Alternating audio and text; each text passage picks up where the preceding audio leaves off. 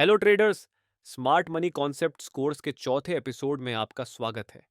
क्या आप उन ट्रेडर्स में से एक हैं जो किसी इंपॉर्टेंट लेवल या पिक्यूलियर चार्ट फॉर्मेशन के पास ट्रेड में एंट्री करते हैं, लेकिन प्राइस आपके ट्रेड के खिलाफ जाकर आपका स्टॉप लॉस हिट कर देती है और फिर प्राइस डायरेक्शन बदलकर उसी डायरेक्शन में मूव करती है जैसा आपने शुरू में एंटिसिपेट किया था? मैं भी इस सिचुएशन में रहा हूं और ये बहुत फ्रस्ट्रेटिंग होता है। अगर आप भी ऐसे ट्रेडर्स में से एक हैं तो ये वीडियो आपके लिए है। ये वीडियो आपके चार्ट्स को देखने के नज़रिए को बदल देगा। पिछले एपिसोड में हमने लिक्विडिटी और उसकी इम्पोर्टेंस के बारे में डिटेल में बात की थी और ये भी डिस्कस किया था कि मेजर लिक्विडिटी कैसे फंक्शन करती है और उसे कहाँ ढूंढ सकते हैं। तो अगर आपने वो वीडियो नहीं देखा है तो प्लीज़ उसे अभी देखें, क्योंकि ये आपको लिक्विडिटी कॉन्सेप्ट के बारे में जानने के लिए सभी बेसिक जानकारी देगा। लेकिन चीज़ों को एक बार फिर रिवाइज कर लेते हैं। लिक्विडिटी को आमतौर पर मार्केट का फ्यूल माना जाता है, जो यूजुअली रिटेलर ऑर्डर्स का क्लस्टर होता है। यानी यह लिमिट ऑर्डर्स और स्टॉप लॉस ऑर्डर्स हो सकते हैं। जब इन्हें अब्जॉर्ब किया जाता है या स्वीप किया जाता है तो ये मार्केट को आमतौर पर एग्जिस्टिंग मार्केट ट्रेंड की डायरेक्शन में स्ट्रॉन्ग मोमेंटम के साथ रिवर्स करने का कारण बनता है। इसका रिजल्ट अक्सर प्रीवियस हाई या प्रीवियस लो का फेक ब्रेकआउट होता है, जो रिटेलर ऑर्डर्स को स्वीप करने वाले डीप विक्स के रूप में हो सकता है। इसे लिक्विडिटी ग्रैब या लिक्विडिटी स्वीप कहते हैं। मार्केट्स हमेशा एक एरिया ऑफ लिक्विडिटी से दूसरे एरिया ऑफ लिक्विडिटी की ओर मूव करते हैं। जब लिक्विडिटी अब्जॉर्ब की जाती है तो मार्केट को आगे मूव करने के लिए और लिक्विडिटी जनरेट करनी पड़ती है। इसलिए अगर लिक्विडिटी पहले से मौजूद नहीं है तो उसे क्रिएट किया जाएगा। हमने बाई साइड लिक्विडिटी और सेल साइड लिक्विडिटी के बारे में भी बात की है। फिर हमने चर्चा की है कि मेजर या एक्सटर्नल लिक्विडिटी क्या होती है। इन शॉर्ट, ये लिक्विडिटी मेजर मार्केट स्ट्रक्चर्स पर या उसके पास अवेलेबल होती है, जिसमें मेजर स्विंग हाइज और मेजर स्विंग लोज शामिल हैं। मार्केट स्ट्रक्चर्स के बारे में बेहतर समझ पाने के लिए आप मेरे पहले एपिसोड में इस टॉपिक पर वीडियो देख सकते हैं। Major liquidity higher time frame supports और रेजिस्टेंसेस, वीकली या डेली हाइज और लोज आदि के पास भी पाई जा सकती है। पिछले एपिसोड में मैंने मार्केट स्ट्रक्चर के आधार पर लिक्विडिटी को इंटरनल और एक्सटर्नल लिक्विडिटी के रूप में क्लासिफाई किया था। लेकिन एक ब्रॉडर पर्सपेक्टिव से देखते हुए हम लिक्विडिटी को चार प्रकारों में कैटेगराइज कर सकते हैं, जिनमें से बाद के दो प्रकार पिछले दो क्लासिफिकेशंस पर भी अप्लाई होते हैं। मैं इसे अभी समझाऊंगा। तो लिक्विडिटी की विभिन्न प्रकार हैं: external liquidity, internal liquidity, static liquidity और डायनामिक लिक्विडिटी। जैसा कि अभी बताया गया, एक्सटर्नल लिक्विडिटी वह लिक्विडिटी है जो रेंज हाई और रेंज लो, प्रीवियस हाई और प्रीवियस लो या स्विंग हाई और स्विंग लो के ऊपर या नीचे आइडेंटिफाई की जा सकती है। दूसरी ओर, इंटरनल लिक्विडिटी वह लिक्विडिटी है जो रेंज हाई और रेंज लो, प्रीवियस हाई और प्रीवियस लो या स्विंग हाई और स्विंग लो के अंदर बनती है। अब स्टैटिक लिक्विडिटी के बारे में बात करें तो यह लिक्विडिटी डबल टॉप्स या डबल बॉटम्स के पास या बस इक्वल हाइज और लोज के नज़दीक बनाई और पहचानी जाती है। और अंत में डायनामिक लिक्विडिटी है। ये लिक्विडिटी आमतौर पर उस लिक्विडिटी के रूप में पहचानी जाती है जो एक ट्रेंड लाइन के साथ जुड़ी होती है। ये लिक्विडिटी पहले से ही ट्रेंड के दोनों तरफ बनी होती है, यानी ट्रेंड लाइन के ऊपर और नीचे। अब आप समझ गए होंगे कि आखिरी दो प्रकार की लिक्विडिटी, यानी स्टैटिक और डायनामिक लिक्विडिटी, पहले दो प्रकारों से कैसे संबंधित हैं। ये बस इस फैक्ट के कारण है कि trend line liquidity, equal highs और लोज या बस डबल टॉप्स और बॉटम्स से जुड़ी लिक्विडिटी मार्केट में मेजर और माइनर स्ट्रक्चर्स दोनों में देखी जा सकती हैं।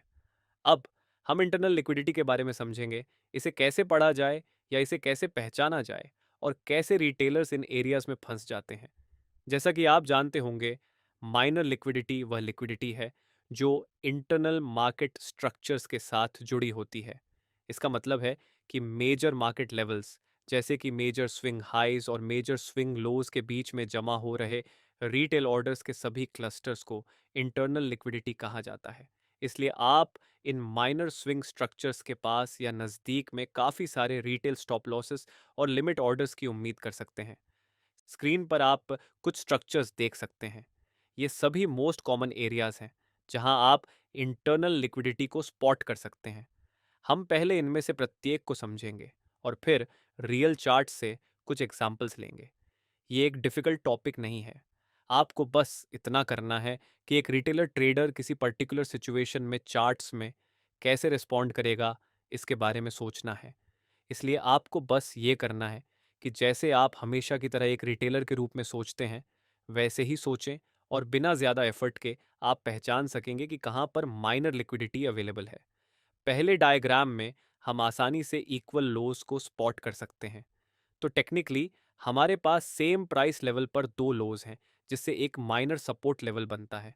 इसे डबल बॉटम्स भी कहते हैं। हमने सीखा है कि डबल बॉटम्स रिवर्सल पैटर्न्स होते हैं, राइट?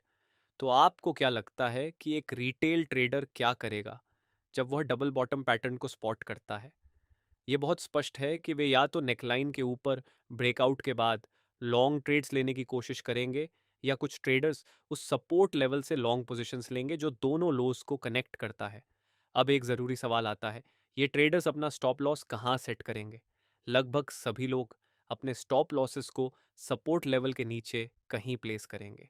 अब आप इमेजिन कर सकते हैं कि सपोर्ट लेवल के नीचे स्टॉप लॉस ऑर्डर्स का एक बड़ा क्लस्टर होगा।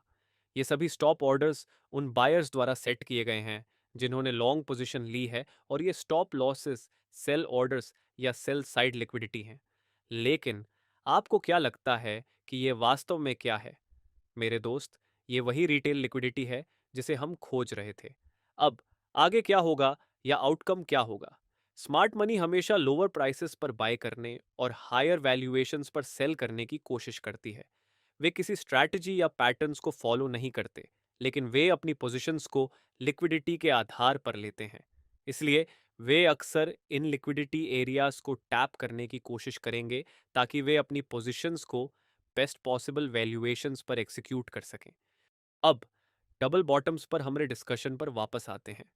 स्मार्ट मनी या इंस्टीट्यूशंस प्राइसेस को नीचे पुश करेंगे और इक्वल लोज या सपोर्ट लेवल के नीचे ब्रेक करेंगे ताकि सारी सेल साइड लिक्विडिटी को अब्सॉर्ब कर सकें। एक बार जब सारे स्टॉप लॉसेस अब्सॉर्ब या स्वीप हो जाते हैं, तो मार्केट आमतौर पर अपनी डायरेक्शन को रिवर्स करता है और ऊपर मूव करता है। ये सिचुएशंस आमतौर पर स्टॉप लॉसेस हिट होने से भी ज़्यादा फ्रस्ट्रेटिंग होता है, क्योंकि ऐसा मूव एक ट्रेडर की साइकोलॉजी पर इम्पैक्ट डालता है और उसकी एनालिसिस और लर्निंग्स पर सवाल उठाता है।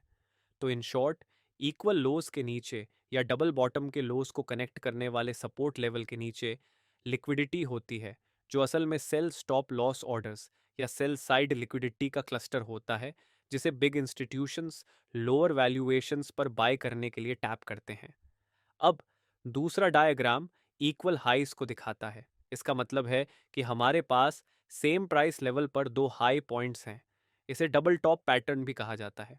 जैसे डबल बॉटम की तरह ये भी एक कॉमन रिवर्सल पैटर्न है जिसे आप चार्ट में देख सकते हैं।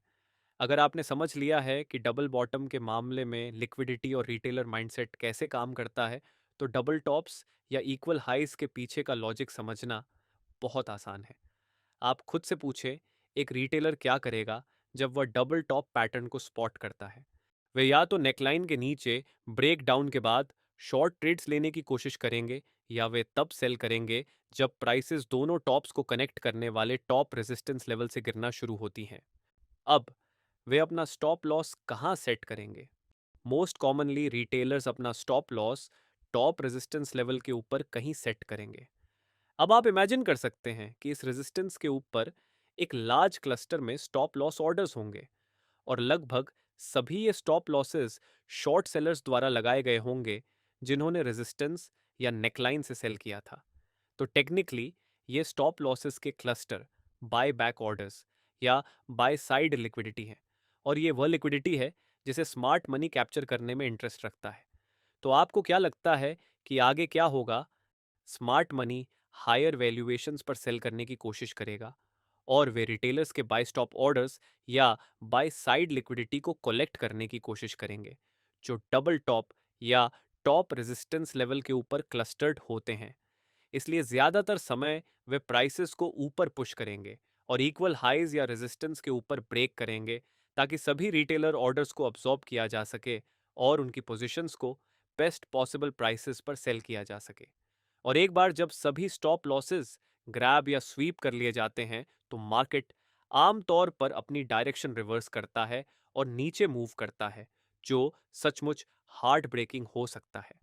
अगर आपने इन दोनों प्रकार की लिक्विडिटी को समझ लिया है तो अगले कुछ प्रकार को समझना आपके लिए बहुत आसान होगा। हाँ, हम अगले सपोर्ट और रेजिस्टेंस लिक्विडिटी के बारे में बात करने जा रहे हैं। तो सपोर्ट लेवल पर क्या होता है, एक रिटेलर के नज़रिए से सोचें। एक नॉर्मल रिटेल पार्टिसिपेंट का सोचने का तरीका क्या होगा? जब प्राइस कुछ बार सपोर्ट लेवल को टेस्ट करती है, तो वह इस एरिया के आसपास दो प्रकार के मार्केट पार्टिसिपेंट्स की उम्मीद कर सकता है। पहला ग्रुप उन बायर्स का होता है जो सपोर्ट लेवल पर या उसके ऊपर लॉन्ग पोजीशंस लेने के लिए रिवर्सल ट्रेड्स करने की सोच रहे होते हैं। दूसरा ग्रुप उन सेलर्स का होता है जो सपोर्ट लेवल के नीचे ब्रेक डाउन से प्रॉफिट कमाने की कोशिश कर रहे होते हैं। अब इन दोनों प्लेयर्स इस सिनेरियो में कैसे एक्ट करेंगे? सबसे पहले हैं बायर्स। वे लॉन्ग ट्रेड एंट्री लेना चाहते हैं, इसलिए वे सपोर्ट लेवल पर या उसके ऊपर बाय करने की कोशिश करेंगे और वह या तो बाय लिमिट ऑर्डर्स या मार्केट ऑर्डर्स प्लेस करेंगे। और वे अपने स्टॉप लॉस ऑर्डर्स कहाँ रखेंगे? वे अपना स्टॉप लॉस सपोर्ट के नीचे कहीं सेट करेंगे, जो असल में एक सेल ऑर्डर होता है। अब आते हैं शॉर्ट सेलर्स, जो सपोर्ट लेवल के नीचे ब्रेक डाउन की उम्मीद कर रहे होते हैं।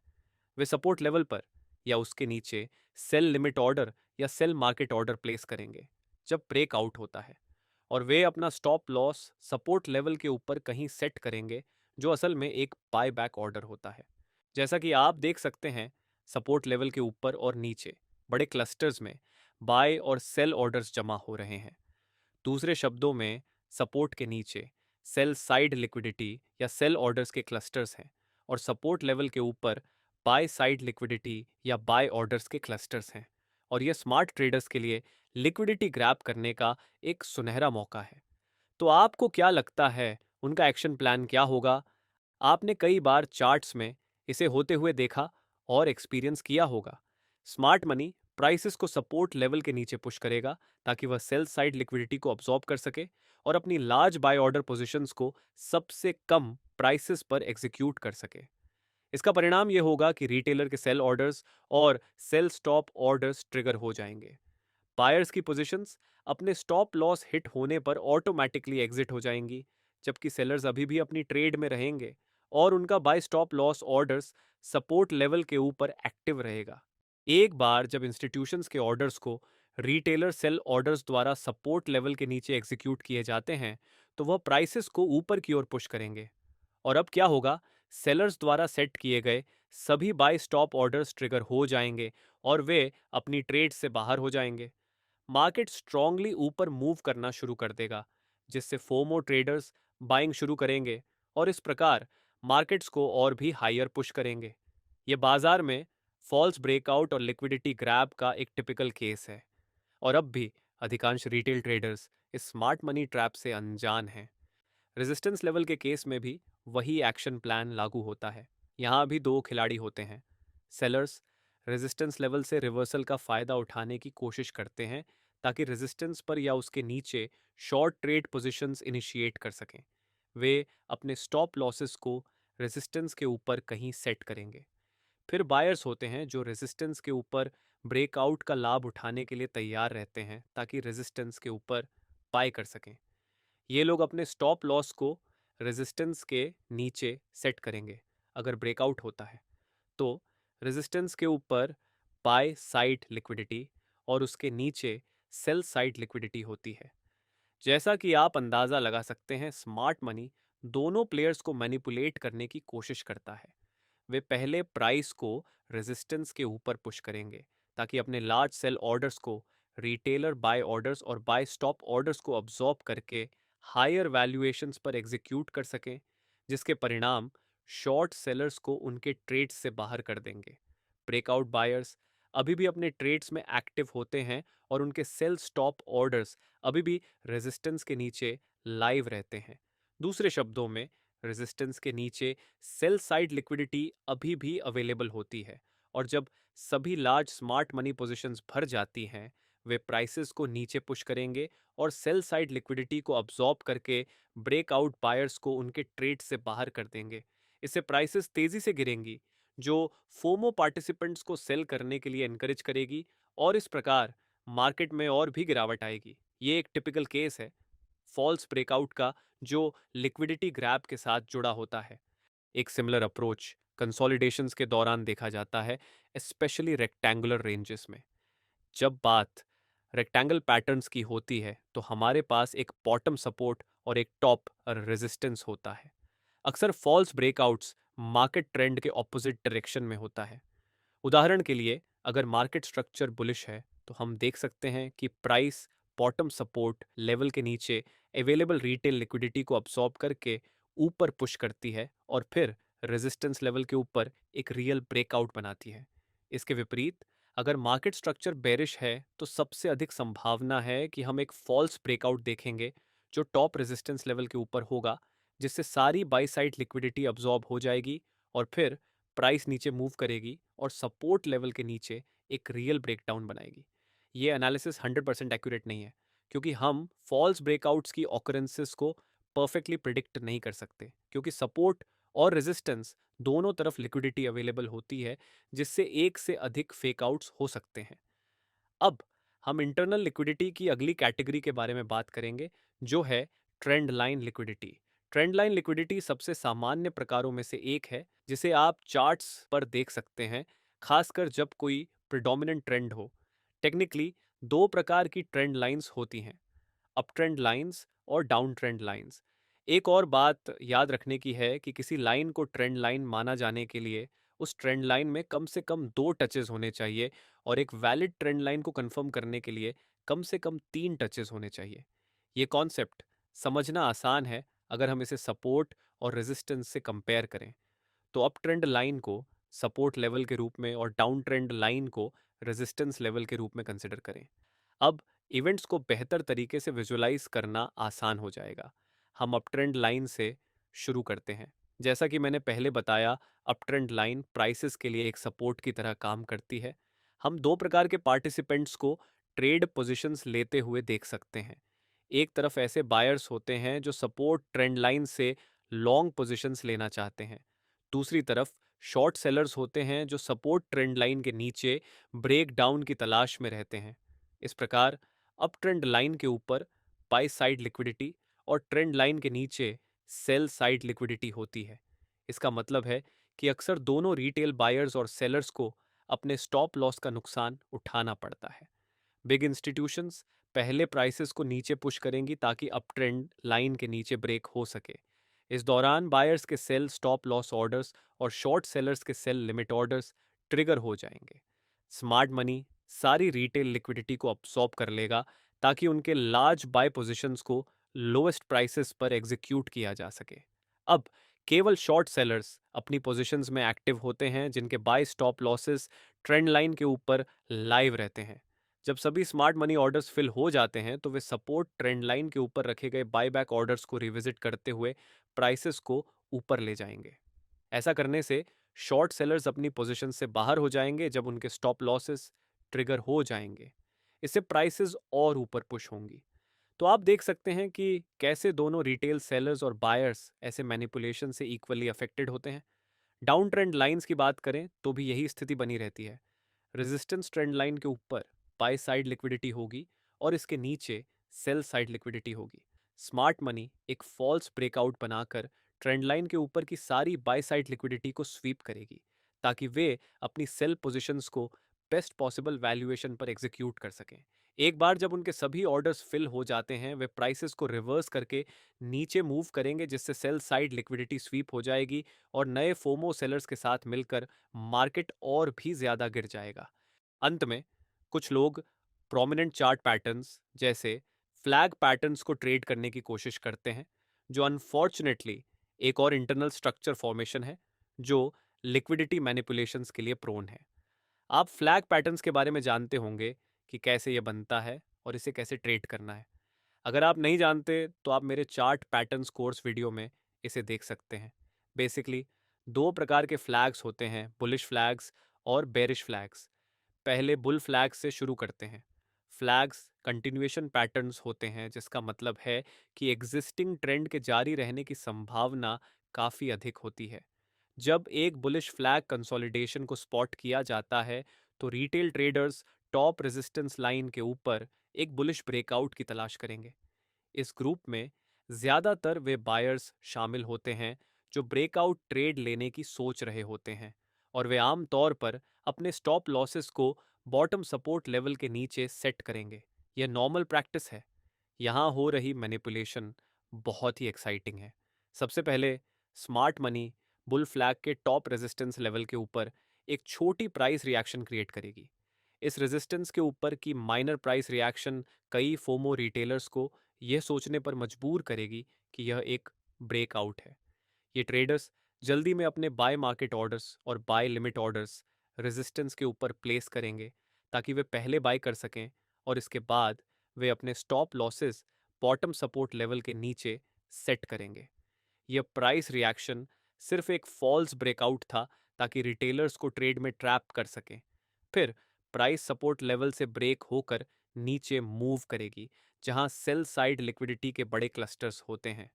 ये इंस्टीट्यूशन सुनिश्चित करेंगे कि उनके सभी बाय ऑर्डर्स लोवेस्ट प्राइसेस पर एग्जीक्यूट हों। सेल साइड लिक्विडिटी को स्वीप करने का मतलब है कि सभी बायर स्टॉप लॉसेस ट्रिगर हो जाएंगे और वे अपने ट्रेड्स से बाहर हो जाएंगे। अब इसके बाद क्या होता है, ये बिल्कुल क्लियर है कि मार्केट वापस ऊपर बाउंस करेगा और इस बार एक माइनर रिएक्शन के बजाय एक रियल ब्रेकआउट क्रिएट करेगा। एक बार जब एक स्ट्रॉन्ग ब्रेकआउट हाई वॉल्यूम्स के साथ दिखाई देता है तो और अधिक ट्रेडर्स इसमें शामिल होंगे और प्राइसेस और भी हायर जाएंगी। एक सिमिलर सिनेरियो बेयर फ्लैग्स के मामले में भी होती है, लेकिन यहाँ बायर्स की बजाय फोमो सेलर्स फंस जाते हैं। बेयर फ्लैग एक बेयरिश कंटिन्यूएशन पैटर्न है, इसलिए ज्यादातर रिटेलर्स प्राइसेस के बॉटम सपोर्ट लाइन के नीचे ब्रेकडाउन की तलाश करेंगे ताकि वे शॉर्ट पोजीशंस ले सकें, जबकि अपने स्टॉप लॉस को टॉप रेजिस्टेंस लाइन के ऊपर सेट करेंगे। तो स्मार्ट मनी सपोर्ट लाइन के नीचे अचानक एक प्राइस रिएक्शन क्रिएट करेगी जिससे कई फोमो रिटेलर्स शॉर्ट ट्रेड्स में एंटर करेंगे। इस एक्टिविटी से रेजिस्टेंस के ऊपर कई बाय स्टॉप ऑर्डर्स जमा हो जाते हैं। इसे बाय साइड लिक्विडिटी कहते हैं। फिर मार्केट एक फॉल्स ब्रेकआउट क्रिएट करेगा और लिक्विडिटी को ग्रैब करने के लिए हायर मूव करेगा ताकि स्मार्ट मनी अपने सेल ऑर्डर्स को हायर प्राइसेस पर एग्जीक्यूट कर सके। रेजिस्टेंस लेवल के ऊपर सभी बाय स्टॉप लॉसेस ट्रिगर हो जाएंगे और उन ट्रेडर्स को अपनी पोजीशन से बाहर कर दिया जाएगा। और एक बार जब सभी स्मार्ट मनी ऑर्डर्स एग्जीक्यूट हो जाते हैं, मार्केट फिर से रिवर्स करके लोअर मूव करेगा और इस बार मार्केट फ्लैग सपोर्ट के नीचे एक रियल ब्रेकडाउन फॉर्म करेगा जिस पर अधिक शॉर्ट सेलर्स एग्रेसिवली सेल करेंगे और मार्केट और भी लोअर गिर जाएगा। अब मार्केट में अन्य पैटर्न्स और सिचुएशंस भी हैं जहां मेजर स्ट्रक्चर के भीतर इंटरनल लिक्विडिटी अवेलेबल होती है। इनमें symmetrical triangles, price channels, supply और डिमांड जोन्स आदि शामिल हैं। लेकिन जिन पैटर्न्स और सिचुएशंस के बारे में मैंने यहाँ डिस्कस किया है वे सबसे इम्पॉर्टेंट टाइप्स हैं, और इंटरनल लिक्विडिटी को कहाँ और कैसे फाइंड किया जाए और उनसे जुड़े स्मार्ट मनी ट्रैप्स को कैसे पहचानें, इसका एक उचित समझ प्राप्त करने के लिए यह पर्याप्त है। अब चलिए कुछ एग्जाम्पल्स की ओर बढ़ते हैं जो रियल मार्केट कंडीशंस में इंटरनल लिक्विडिटी मैनिपुलेशंस को दर्शाते हैं। इस पहले चार्ट को देखें। आप देख सकते हैं कि प्राइसेस इक्वल लोज बना रही हैं, तो क्लियरली इस लेवल के नीचे सेल साइड लिक्विडिटी अवेलेबल है। और इसके बाद क्या होता है, जैसा कि आप देख सकते हैं, मार्केट नीचे मूव करता है और इस ऑर्डर्स के क्लस्टर को अब्जॉर्ब करता है और फिर हायर मूव करने के लिए रिवर्स करता है। आमतौर पर जब लिक्विडिटी अब्जॉर्ब हो जाती है तो प्राइस काफ़ी स्ट्रांगली मूव करती है। अब हम एग्जाम्पल 2 पर चलते हैं जहां हमारे पास इक्वल हाइज हैं और आप जानते हैं कि इसका क्या मतलब है। इसका मतलब है कि इस लेवल के ऊपर बाय साइड लिक्विडिटी अवेलेबल है। Smart money in liquidity areas को मैनिपुलेट या अब्सॉर्ब करने के लिए उत्सुक है, और जैसा कि आप अंदाज़ा लगा सकते हैं, प्राइस इस लिक्विडिटी एरिया में ब्रेक करता है और इसके ऊपर के सभी रिटेल ऑर्डर्स को स्वीप कर देता है। इसके बाद प्राइस नीचे मूव करती है। ये एक टिपिकल मैनिपुलेशन है जिसे आप चार्ट्स पर रेगुलर बेसिस पर देख सकते हैं। आप इसे डबल टॉप्स या डबल बॉटम्स भी कह सकते हैं, लेकिन लॉजिक वही रहता है। एग्जाम्पल 3, जो एक मेजर स्ट्रक्चर के अंदर एक सपोर्ट लेवल है। हमने पहले भी बात की है कि सपोर्ट या डिमांड जोन के आसपास मैनिपुलेशंस कैसे होता है। तो यहाँ भी सपोर्ट लेवल के ऊपर बाय साइड लिक्विडिटी और उसके नीचे सेल साइड लिक्विडिटी होती है। देखिए क्या होता है, मार्केट सपोर्ट को नीचे ब्रेक करता है सिर्फ रिटेलर्स के स्टॉप लॉसेस को स्वीप करने के लिए, और फिर रिवर्स करके ऊपर चला जाता है बाई साइड लिक्विडिटी को अब्जॉर्ब करते हुए। ये प्राइस मैनिपुलेशन दोनों प्लेयर्स को अफेक्ट करती है। ये एग्जाम्पल नंबर 4 है, जो एक एक्सटर्नल स्ट्रक्चर के अंदर एक रेजिस्टेंस लेवल है। यहाँ भी आप रिटेल ऑर्डर्स के रेजिस्टेंस के ऊपर और नीचे स्टैक होने की उम्मीद कर सकते हैं। तो इस लेवल के ऊपर बाय साइड लिक्विडिटी और इसके नीचे सेल साइड लिक्विडिटी होती है। जैसा कि आप देख सकते हैं, प्राइस रेजिस्टेंस लेवल के ऊपर ब्रेक करता है ताकि बाय साइड लिक्विडिटी को स्वीप कर सके, और जब ये हो जाता है मार्केट अपनी डायरेक्शन रिवर्स करता है और इस प्रोसेस में सेल साइड लिक्विडिटी को भी स्वीप किया जाता है और प्राइस नीचे मूव करता है। अब इस केस को देखिए, एक internal uptrend line major structure के अंदर बनी है। जैसा कि हमने सीखा है, इस ट्रेंड लाइन के ऊपर और नीचे दोनों प्रकार के ऑर्डर्स अवेलेबल होते हैं। देखिए यहाँ क्या हुआ, प्राइस ट्रेंड लाइन के नीचे ब्रेक करती है जिससे सेल साइड लिक्विडिटी को अब्सॉर्ब कर देता है और फिर शार्प रिवर्सल करता है और ऊपर मूव करता है। एक और एग्जाम्पल है जो एक डाउन ट्रेंड लाइन का है, जो मेजर स्ट्रक्चर के भीतर बनी है। यहाँ प्राइस एक फॉल्स अप मूव करती है ताकि रिटेलर लिक्विडिटी को ग्रैब कर सके, और फिर लोअर मूव करती है ताकि मेजर ट्रेंड डायरेक्शन में कंटिन्यू कर सके। अगला एग्जाम्पल एक फ्लैग फॉर्मेशन का है। ये एक बुलिश फ्लैग फॉर्मेशन है, और जैसा कि आप देख सकते हैं, प्राइस ने स्टॉप लॉसेस के रूप में अवेलेबल लिक्विडिटी को एब्जॉर्ब करने के लिए सपोर्ट लेवल के नीचे एक फॉल्स ब्रेकआउट बनाया, और फिर प्राइस फ्लैग के ऊपर ब्रेकआउट करती है और ऊपर मूव करती है। ये एक सिमिलर एग्जाम्पल है, लेकिन एक बेयर फ्लैग फॉर्मेशन का है। यहाँ जैसा कि आप देख सकते हैं, मार्केट ने टॉप रेजिस्टेंस के ऊपर की लिक्विडिटी को अब्सॉर्ब किया और फिर प्राइस वापस आई और लोअर सपोर्ट के नीचे ब्रेक किया और गिरावट जारी रही। इसी तरह इस सिंपल लॉजिक का इस्तेमाल करके आप चार्ट्स में अनगिनत लिक्विडिटी मैनिपुलेशंस को स्पॉट कर सकते हैं। ये उन पैटर्न्स के रूप में भी हो सकता है जिन्हें अधिकांश रिटेलर्स ट्रेड करने के लिए उत्सुक रहते हैं। तो आगे बढ़ें और चार्ट्स में ऐसी मैनिपुलेशंस और लिक्विडिटी ग्रैब्स को ढूंढें और ये भी समझने की कोशिश करें कि इसके बाद क्या हुआ। जैसे जैसे हम आगे और टॉपिक्स पर चर्चा करेंगे, जैसे ऑर्डर फ्लोज, ऑर्डर ब्लॉक्स और इंड्यूसमेंट्स, आप समझ जाएंगे कि मार्केट्स में प्राइस मूवमेंट्स कैसे इंजीनियर्ड होते हैं। हम अपनी चर्चा को आने वाले एपिसोड्स में जारी रखेंगे। तब तक सीखते रहे, जो आपने सीखा है उसकी प्रैक्टिस करें और चार्ट्स पर बैक टेस्ट करें ताकि कॉन्सेप्ट्स को और मजबूत कर सकें। अगर आपको ये वीडियो काम का लगा तो इसे लाइक करें और अपने दोस्तों और फेलो ट्रेडर्स के साथ शेयर करें। अगर आप इस चैनल पर नए हैं या आपने अभी तक सब्सक्राइब नहीं किया है तो सब्सक्राइब करना सुनिश्चित करें और बेल नोटिफिकेशन भी एनेबल करें ताकि जब भी नया एपिसोड आए आप उसे मिस ना करें।